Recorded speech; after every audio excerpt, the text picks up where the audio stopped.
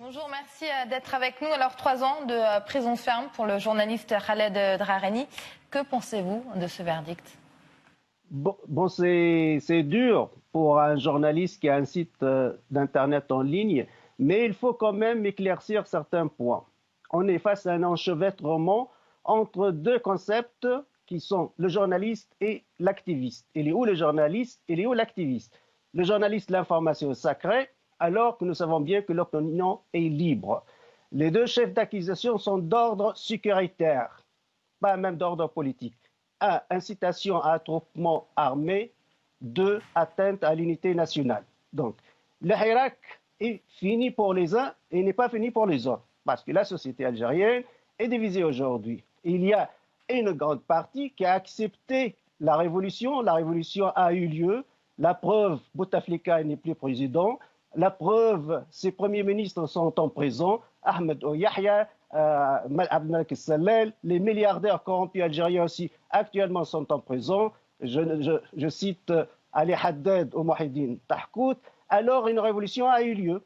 Les trois éléments qu'on connaît bien maintenant de la situation révolutionnaire ont eu lieu. La radicalisation de l'opposition qui veut le départ du régime, les défections au sein du pouvoir et la position de l'armée. L'armée a été à côté du peuple. Alors, une partie de la population algérienne n'a pas accepté ce résultat révolutionnaire, n'a pas accepté que le Hirak, enfin, elle veut continuer. Après le Covid-19, évidemment, c'est très affaibli. Monsieur Khaled Drareni fait partie de cette partie. Mais moi, quand je vois sa photo sur les épaules des manifestants, je vois aussi l'activiste politique. C'est pour cela que je dis qu'il y a un enchevêtrement très délicat entre le journaliste et l'activiste politique. Donc, pour vous, c'est l'activiste politique qui a été condamné et non pas le journaliste?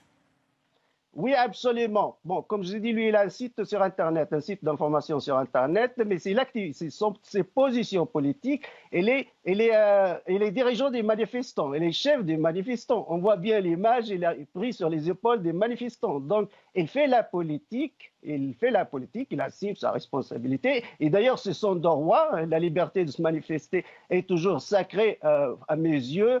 Mais comme j'ai dit, lui, il fait partie de cette partie qui n'a pas accepté que la révolution a eu lieu, que le changement a eu lieu, et il faut commencer le travail maintenant. Donc, il veut continuer une deuxième vague. Et c'est une partie aussi au sein de la société algérienne très radicale, parce qu'elle a souvent des slogans qui ne sont pas applicables, genre nous ne voulons pas un État militaire, nous voulons un État civil. Sont des concepts d'ordre philosophique. Cette fois-ci, il faut vraiment chercher c'est quoi le militaire, c'est quoi le civil. Donc cette partie de la population algérienne veut encore une révolution. Mais cette nouvelle révolution, elle va viser quoi?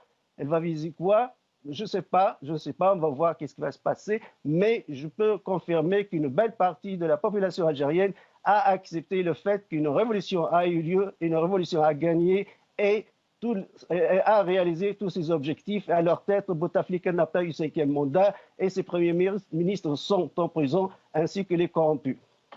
Riyad Sidaoui, merci pour votre analyse. Je rappelle que vous êtes directeur du Centre arabe de recherche et d'analyse politique et sociale. Merci.